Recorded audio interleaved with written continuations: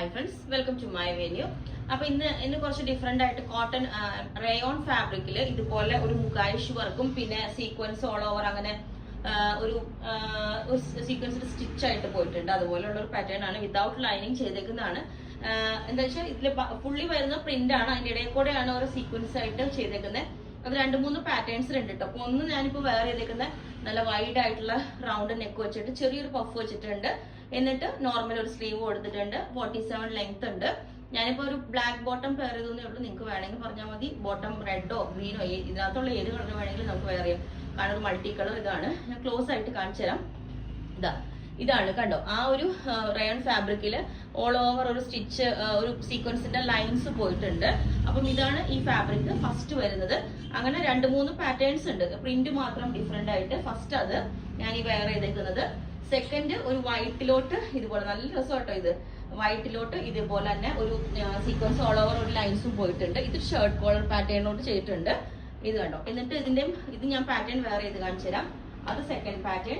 Third pattern വന്നിട്ട് ഇതാണ് print വന്നത്. നിങ്ങൾ മൂന്നാമത്തെ പാറ്റേൺ അങ്ങനെ ഫസ്റ്റ് പാറ്റേൺ അങ്ങനെ പറയണം കേട്ടോ.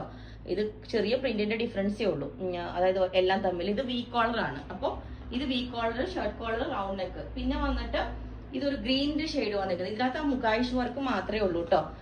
അതുപോലെ ഇത് ബോട്ട് നെക്ക് വന്നിട്ട് ചെറിയൊരു കട്ടിങ് കൊടുത്തിട്ടുണ്ട്. ഇതിന്റെ പ്രിന്റ് വന്നിട്ട് നല്ല രസമുണ്ട് കേട്ടോ. ഇതിന്റെ പ്രിന്റ് ഇതേപോലെയാണ്.